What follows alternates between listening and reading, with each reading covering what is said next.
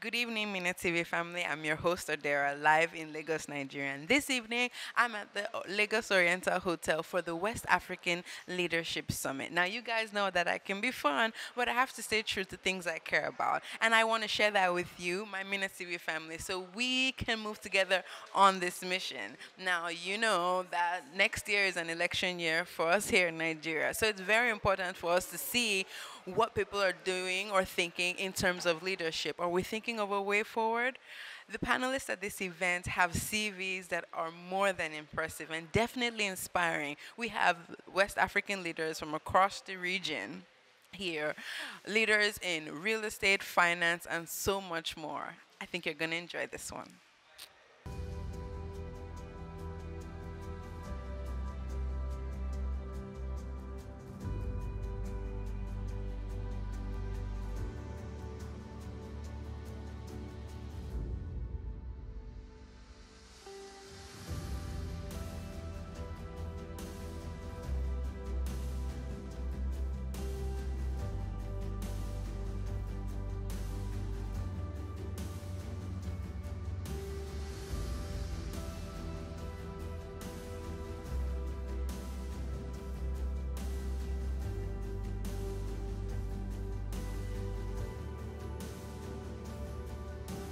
This is one of the more inspiring panelists that we had at this event today.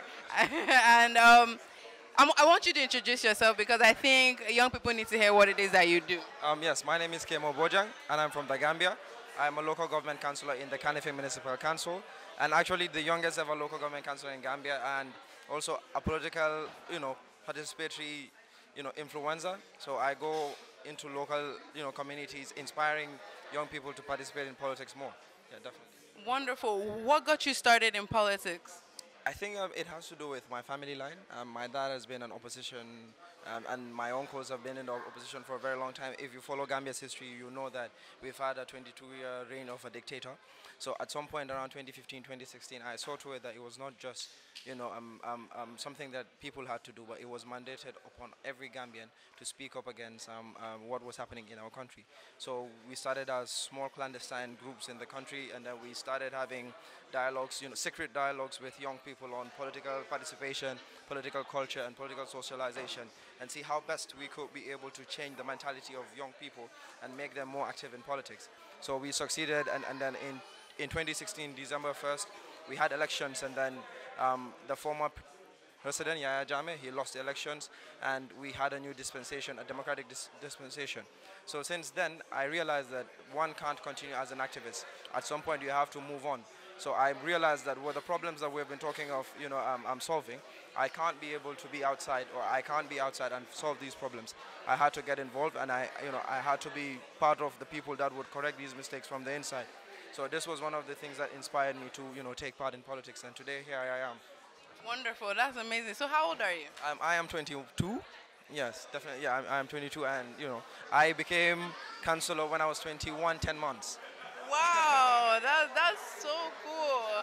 Do you have a message for young people that might be thinking of politics, especially here in Nigeria, that we just passed the not too young to run bill, but the future doesn't seem so bleak for us as young people? What advice can you give us? What I can say is we've all been there where you were told that politics is dirty, politics is bad, but you realize that politics is it's not a profession, but politics is a way of life, and politics is a cycle that happens every single day.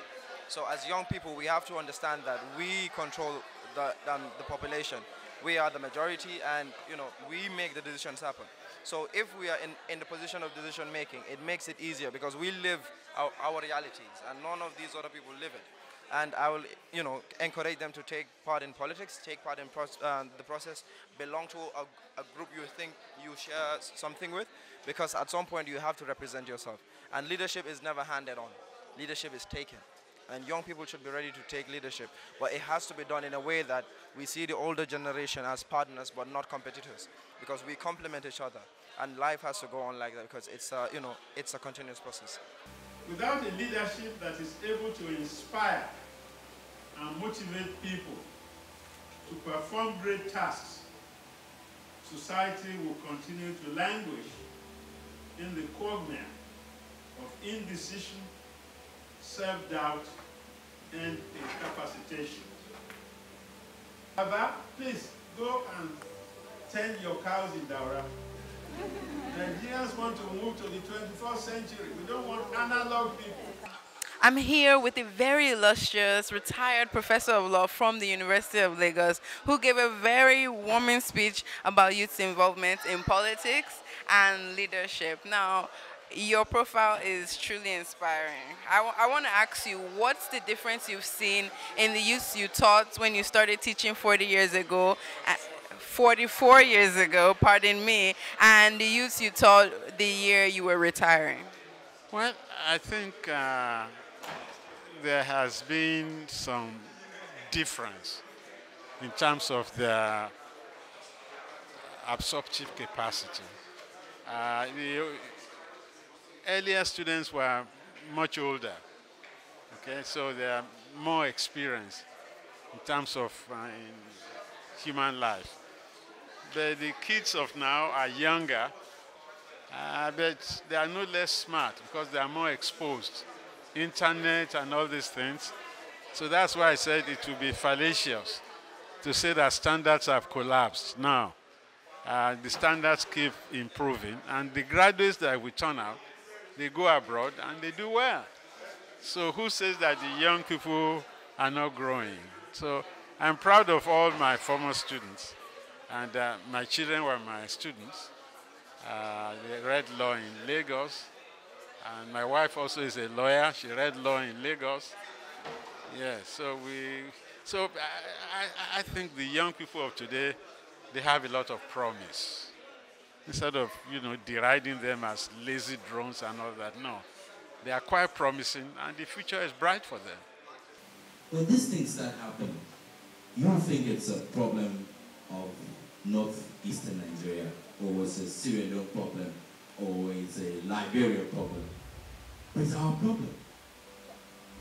It concerns all of us. Because when this fire starts burning, you only know where it starts. You don't know where it's going to end. So we'll talk about those problems and how we can solve them collectively as Nigerians, as Africans. We must first understand that unless we have a united people, we cannot have a progressive people. MinaTV fam, we are in for a big honor right now. I am standing here with the first presidential candidate I've ever met. Okay, none other than, do I call you His Excellency already? No, actually, it's really too much to call people excellencies, but I think you just called me Ahmed Buhari, and I made a declaration to run for this office in 2016 at the time when everybody thought it was a crazy thing to do. But we're excited that slowly but surely the people are beginning to embrace the fact that people from a different strata of the political space are deciding to venture into this whole political arena and say, you know what, we're going to change the narrative, we're going to change how people think about politics, we're going to get more young people understanding not just governance but politics and how to get it working. And that is what I've been doing in the last 2.5 years. That's amazing. Now, walk me through what thought process goes into the lead up to when you say, I'm going to run for president of the Federal Republic of Nigeria. For me in particular, I think I got tired of complaining. I got tired of sitting on the sidelines. I got tired of actually fighting or disagreeing with everybody because we all share different opinions. I just said to myself, if we have to make this thing work, we would have to come out of our shell. We'll have to present ourselves, and Nigerians should not be presented with the devil and the deep blue sea when it comes to election year. We should have options. We should have people who have got some content. We should have people who haven't gone blemish and say, you know what, this guy is different from the lot, and we should, in all urgency as it is right now, decide to actually choose from the new people that are coming on board, not just because they're new, not just because they're young. And I've said it many times, age is not a function of good leadership. It doesn't mean because you're young you can give good leadership. What we should be really focused on is to see that we have the right character, we have the right antecedents, we have the right drive, and the purpose should be exceptionally right as well. We need someone who understands the Nigerian problems and see how we can present an individual that will be accepted regardless of where he's from.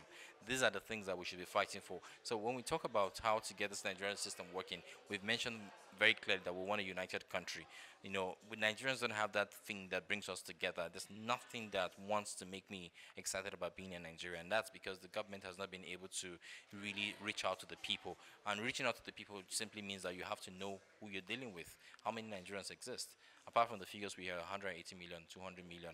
The truth of the matter is that we have to do a proper census. We have to have a proper data management system so that we can actually give the deliverables to the people, whether it's on health, whether it's on education, whether it's on transportation or security. We need to know what we're dealing with. You can't have a home and not know exactly how much food stuff you're going to have in your store if you don't know how many people are going to be consuming that food. So this is how we need to work the country, and the earlier the better. Otherwise, we keep running this jungle. Okay. If you had one message for anybody that wants to begin developing their leadership qualities, what message would that be? I'll say first of all, believe in yourself, and then have a purpose. You need to know where you want, what you want to do, what you stand for, what you believe in, and when you do all of that, make sure that it's real, make sure that it's honest, and hey, everybody's going to tell you that you don't make any sense. Every single person you see is going to laugh at you. Some will say hail you in front of you and go to the back and giggle. It doesn't matter. Like I said, if you know yourself, if you understand yourself, and you understand the purpose of what you're about to do, then just drive. I'm here with one of the awardees from this evening. Please tell me about the award you got this evening. I got the award of the Entrepreneur of the Year 2018 from the West African Leadership Summit and Awards. And I must say, I'm really, really happy. This is like the highest award I've ever received. And to be considered as an awardee in the first place and then to be considered worthy of this particular award is just like a motivator for me. It's something like a clap. It's like a pat on the back. It's something that's supposed to inspire me to do more. It's supposed to spur me on. And seriously, with this, it hardly comes in the kind of field I've been to be recognized, especially when you're working amongst men. But everybody wants to be recognized. So getting this for me is just like a stepping stone to giving more of myself, to doing more daily, to be out there doing what I love to do, living an exemplary life, living a leadership role, living a life that inspires someone to want to be like me, to want to do more. It's really something that makes me very proud and happy about myself right now. That's wonderful. Now let me rewind. I want you to introduce yourself and just talk a little bit about what you do and why you were given this award. Well, my name is Olabisi Ogunwale. I'm a mother. I'm married for 15 years. I've been working all 15 years. And presently, I have a 9-to-5 job. I've been working for all the past 15 years. But I recently launched into different business, a side business, a personal business, and then I have two of them. Basically, as a skincare practitioner, organic skincare practitioner on the platform of Oshedudu Special Organic Skincare, and then I also have a real estate business on the platform of Abule Shewo Realtors. Both of these, my businesses, come under another big company called Natural and Beautiful Realities, and I've been able to merge all these things, still working as a national sales manager of an existing distribution company, and I do this and merge with my own personal business, merging it all with my own personal life as a mother and as a wife, and I keep going on every day, giving as much as possible the best of me to everything. I don't know how I do it, but I believe it is by the grace of God. Amen. All right. If you can give one sentence, one message of advice for young ladies out there that are trying to push through in any male in dominated industry, what message would that be? I'll say give it your best shot. Don't depend on your beauty. Don't depend on who you know. Depend on your inner strength. And inside that, you'll find who you are. And being determined to get to the top of everything will give you the edge to do more daily. I'm here with another very beautiful awardee of the evening, and we have something in common. You came from the diaspora as well, right? Yeah, you can say that, yes. Okay, good. So I want you to talk about what award you were given, why you were given that award, and tell me more about the Sapiosexual Club. Okay, so I was given the award for CSR for my good works and my humanitarian works. The Sapiosexual Club, like I said to you earlier, is a club for intellectuals. Yeah, so intellectuals in diaspora, Nigeria, everywhere, coming together to contribute towards the development of mankind. So that's what it is basically. So tell me more about the CSR work that you do. Okay, so I've always been a CSR person, like my dad, my family, and then this is my seventh year practicing. Yeah, so I've practiced. I've partnered in the UK, South Africa, Netherlands. You know, like quite a number of places, and the people is sad to. And I'm like I feel really sad, but the people living below $100 a day in Nigeria. Like it's really sad. So we're focused on education, shelter, and then hunger. These are the three things we're trying to fight with the G First International Foundation.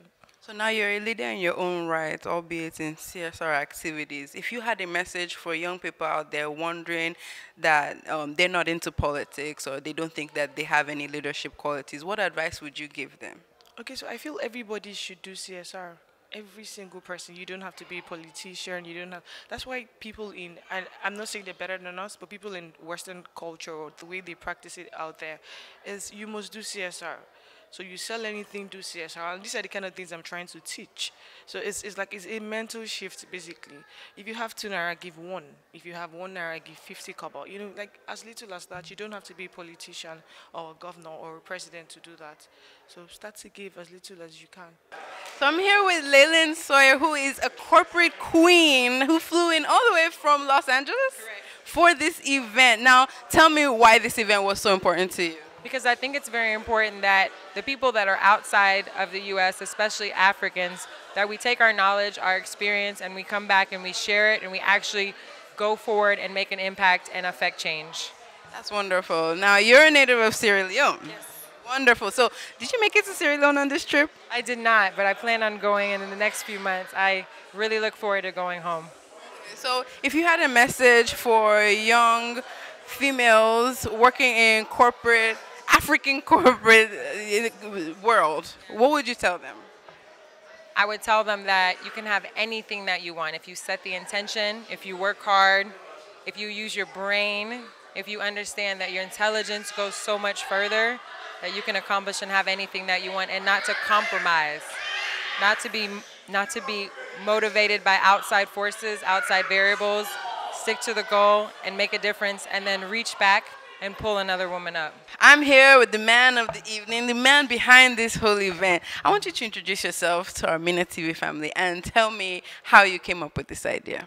Okay, my name is Lawale Owoyomi, and the West African Leadership Summit was born out of the desire to have the youth talk, deliberate together, and have a united front to achieve leadership.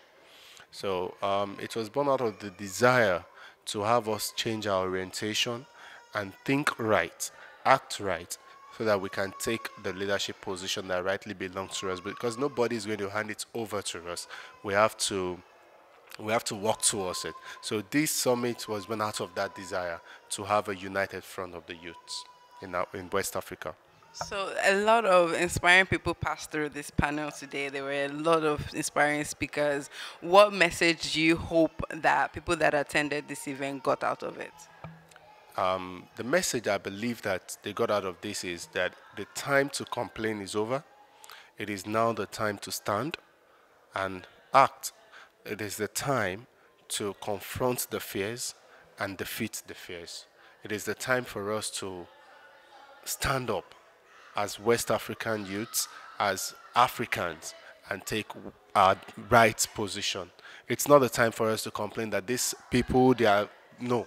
It's the time for us to stand, empower ourselves, and take our rightful place, the leadership position we desire. Thank you very much, sir. Thank you.